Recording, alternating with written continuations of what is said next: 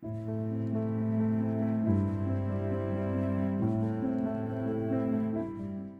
kwartaal is amper by en eerste kwartale is soos die eerste hoofstuk van 'n boek. Hulle bepaal die gevoel en stel die ritme vas en laat ons dikwels 'n bietjie uitasem. Ons is soos die wat pas 'n marathon voltooi het. Party vier oorwinnings en ander worstel met teleurstellings. Maar almal van ons dra die een of ander vorm van moegheid saam. Dit het my laat dink aan die woorde in Psalm 23. Die Here is my herder, ek kom niks kort nie. Hy laat my neerlê in groen weivelde. Hy lei my na waters waar daar vrede is. Hy gee my nuwe krag. Hy lei my op die regte paaie tot die eer van sy naam. Nou let mooi op, die Here laat hom. Dit klink amper asof die Here soms moet ingryp om ons tot rus te dwing. Want ons is geneig om aan te hou hardloop, selfs al is ons uitgeput. Nou in ons lekker besige samelewing, verstaan ons dikwels rus verkeerd. Dis nie net wanneer jy niks doen nie, maar eintlik is rus 'n diep geestelike praktyk. Nou die Hebreëse woord wat in Psalm 23 gebruik word, menucha, beteken nie net ophou werk nie, maar dit sê eintlik vir ons iets van 'n diep herstel, 'n regmaak van jou siel se prioriteite. En dit snaaks hoe ons eintlik almal vandag trots is op hoe moeg ons is. Jy hoor dit oral. Ek het gisterond net 3 ure geslaap, asof dit 'n medalje verdien. Ons sal wakker bly tot 2 uur in die oggend toe, om net nog een episode te kyk. Maar ons sukkel om onsself te laat rus, wanneer ons dit regtig nodig het.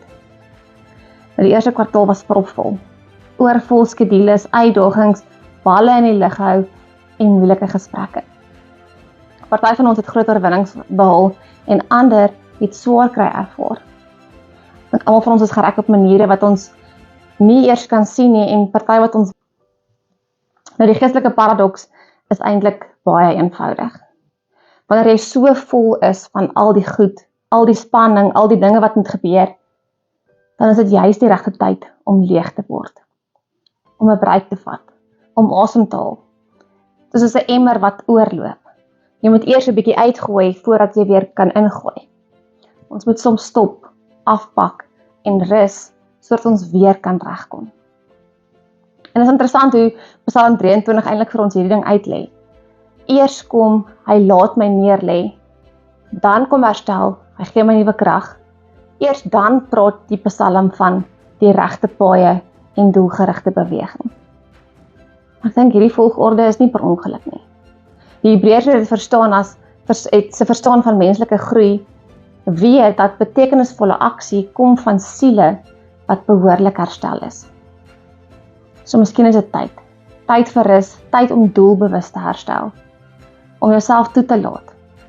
Miskien om laat te slaap sonder om 'n wekker te stel, om goed te doen wat jou regtig vreugde gee en nie net prestasie nie. Om tyd te maak om te dink oor beide oorwinnings en teleurstellings. Miskien om jouself toe te laat om soms net niks te doen nie. Mag jy ontdek dat in hierdie heilige pause die goeie herder alreeds besig is om jou siel te herstel en jou pad voor te berei vir die pad vorentoe. Mag jy vind dat dit soms die mees geestelike ding is wat jy kan doen, is om net in die groen weivelde te lê en te vertrou dat die een wat jou na rustige waters lei, alreeds die pad voorberei het.